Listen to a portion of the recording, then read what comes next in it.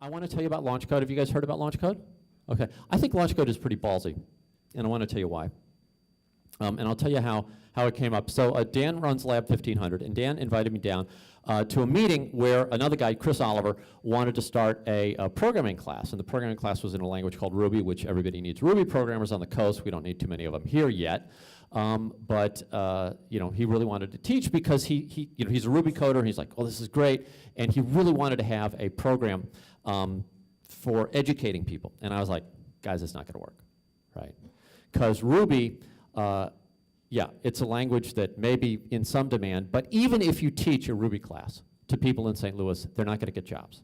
Because the employers in St. Louis have a bias, like, they can come up, oh. You hire Ruby developers now. Yeah. Yes. So here's the problem with placing somebody who doesn't have traditional skills. Every company has an HR department, and the HR department's job is basically to keep out unqualified people. They're effectively a screen. And that works very well in most instances, except in programming, because almost every programmer who is good is self-taught. Now, that doesn't mean they don't have four-year degrees. It doesn't mean they don't have anything, professional credentials. It means that even if you have a four-year degree, it doesn't mean you're good. The ones who have four-year degrees and are good, they're good because they did the work themselves. They self-taught. Conversely, you have some excellent programmers. Let's take, my partner Jack. Jack doesn't have a degree. And Bill Gates, great coder, doesn't have a degree. Wrote the early stuff for Microsoft. Zuckerberg, right? Zuckerberg didn't finish, right? Those guys are unemployable, according to most of the HR departments in this country. And that was the problem that we looked at. And we said, you know what? It's not going to move the needle if we get a Ruby class taught in St. Louis, Missouri. But what might move the needle is if we change the hiring practices of every company in town. So I looked at Dan, and we looked at Chris, and we looked at the other Chris, and we're like, can we do this? We had no idea. So we looked at a very audacious goal, which we said, okay, we're going to give ourselves 1 month, and we're going to find 100 companies, including every billion-dollar firm that we can contact. And we're going to see if we'll get them to change their hiring practices. And Dick Fleming was a huge help. Dick actually beat on a dozen doors for us. Dan was psychopathic in going after certain companies. I was flat out rude to most of the people that I got on the phone with. And together, we got 100 companies to take the following bet. We said, we are going to give you a qualified employee who we say is qualified. They're not going to have the paper. They're not going to have a degree. But we're going to say they're qualified. And we want you to give them a chance. And you give them a chance by paying them $15 an hour with no promise of a full-time job. But if you like them, you can keep them. No charge. And they all said yes. Every single company that we talked to said yes. There was only one holdout. And it was a holdout that had a philosophical objection to the way we were placing programmers, which was sort of a little hack that I learned over at Square. Interesting sideline. At Square, when we hire an engineer, we always make him or her work with a pair. So we always have two people working on one keyboard. And we do this because even though engineers are extremely expensive resources, if you pair people up, the quality of the code that they write is improved to the point where it actually compensates for the fact that they're actually doing half the work, okay? And it just turns out that the math is better because a bug in a program is so incredibly expensive and can just cripple your business that the quality of code matters. And so we do this with very highly trained engineers. But what we noticed is if we take somebody who is an expert in a language and we pair them with somebody who's sort of a neophyte in that language, the neophyte comes up to speed very quickly. And I looked at this and I was like, oh my God, this is a training method that can be implemented across an entire industry. And I looked at all the companies in St. Louis and I said, you are going to be the guinea pigs. Okay, we are going to place people in your companies with good skills, but no experience. You're going to pair them up with somebody who has experience. And then every person who is working currently for a company in St. Louis becomes a training mentor for this new talent. If we do 1,000 people through this program, we change the city. We get the direct flight to Indianapolis back.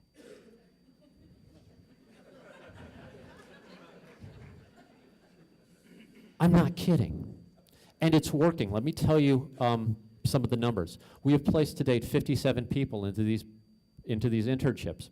27 of them have been hired full-time at an average starting salary of $55 an hour.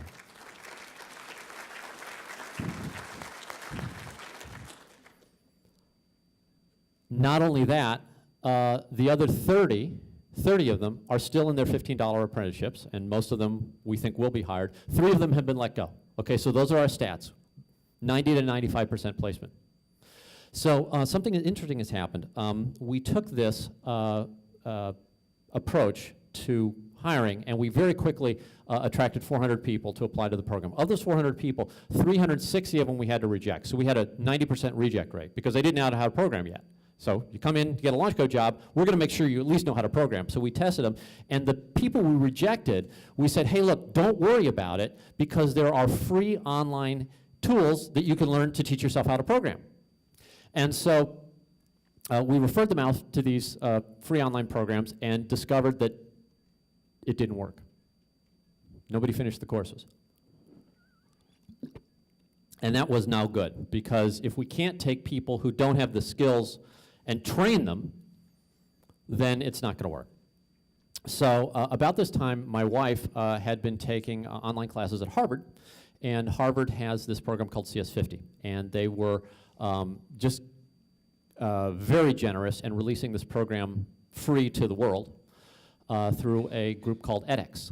Okay, so have you guys heard of edX a little bit? Okay, so edX is really cool. edX is what we call a MOOC, a massive online open courseware platform, and it's a joint venture between Harvard and MIT where they take courseware and they just put it out there. So you can take a class from MIT or Harvard or 15 other world-class institutions, and you don't pay for it. So we referred people to the Harvard CS50X class taught through edX. And we were super excited about this program, and so we decided to fly out to Cambridge, where edX is headquartered, and I got to meet the president. And I got really lucky, because my appointment was at 12, and there was a lady who had an appointment at 11 o'clock, and we were sitting in the waiting room. The lady who had the 11 o'clock appointment, we were chatting a little bit, and she met with the president right before I did. Turns out she was a consultant who had been hired from an HR company that had a 3-month contract to take the graduates of the CS50 class that edX had been teaching and place them in jobs. Now, she had a pretty select group of people because the graduation rate, the pass rate from this class, if you take it online, is about 1%, okay? So think about that. These people have already been selected through a 99% decimation filter, okay? That's the top 1%. They had 868 of these people. They had 3 months. They had a professional placement firm from Washington, D.C. placing them. Guess how many people got placed in 3 months? Nobody. Nobody got a job. It was a complete failure. And this was the meeting before my meeting.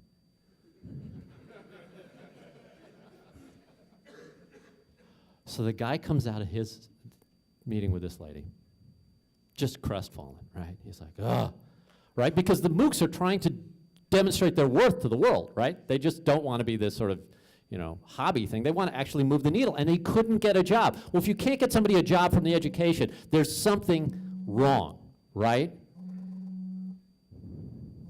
Oh, God. I'm sorry, I got to get this.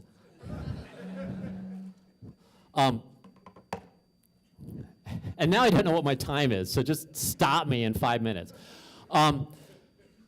Here's the thing.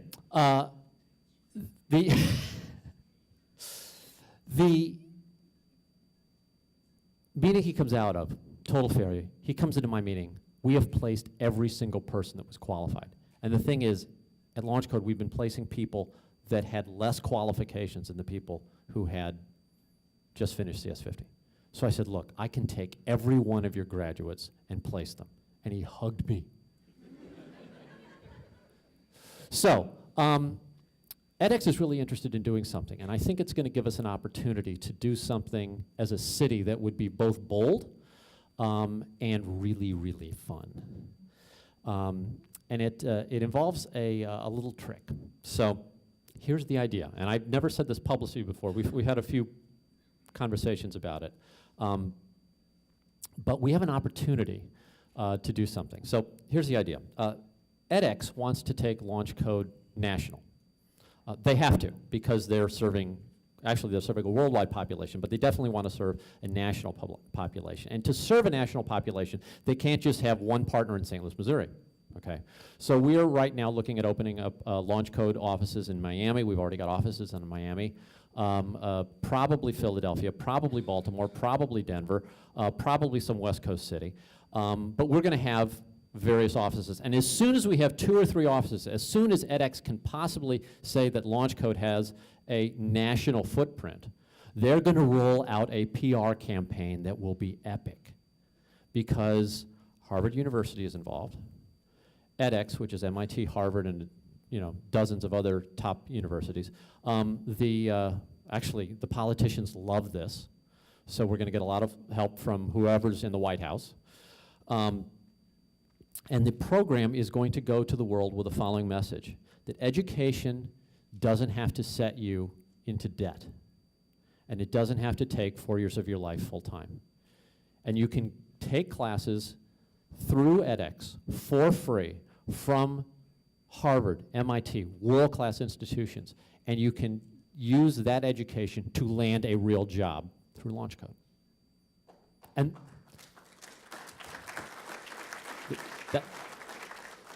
that's not the good part. The good part is that we have an opportunity, I think, to sort of cherry pick the rest of the world. And here's how we do it. I was thinking by myself about the guy in, the Quad Cities. All right, so you got somebody up in the Quad Cities, and here's about LaunchCode. Here's about the edX offer, and says, "Well, I like programming. I'm pretty good. I'm going to take this class. I'm going to get these skills. Then I'm going to get one of these jobs." Well, guess what? The jobs are being offered in Miami, Florida, St. Louis, Missouri, Baltimore, and it's 12 degrees in the Quad Cities. Where's it going to go? Probably Miami. I mean, I hate to say it, but the fact is that St. Louis right now, especially if you Google the crime statistics, may not attract the best talent when we have a national stage to compete on. But what if we totally de-risked it? What if we said to this person, come to St. Louis, we'll let you live for free? Because remember, in LaunchCode's model, the candidate takes the risk during this apprenticeship period. You're getting $15 an hour with no guarantee that you're going to get a job. Okay, so now that's okay if you live in town because you don't have to move. It's not that big a deal, especially if you're unemployed. But if you have to move, that's a big risk. But if you come to my city, I will give you a free place to live. Oh, now St. Louis is looking good, and I'll hit the beach later, right? But we were thinking about this, and we took it to Dennis at Cortex, and Dennis took it one better. Dennis at Cortex, who was a visionary, said, why don't we build something absolutely world-class? Why don't we build something that is not only free housing, but something that is so cool that it is effectively the equivalent of what Google is doing with their campus and what Square did with a build-up that cost more than a block of Clayton? What if we tie that appeal into housing so that you get to live in one of the most spectacular collaborative environments you could imagine? And the entree to that is you just have to be damn good, because we're not charging money for it. But we'll only let you in if you meet this standard. It's never been done before. I'm trying to find a program to copy, but there is no such program right now that we can copy. But if we can do this, we can have a world-class draw to our city, getting the greatest talent, and that's what it's all about. And then, just like California, we got the massage rooms. Thank you.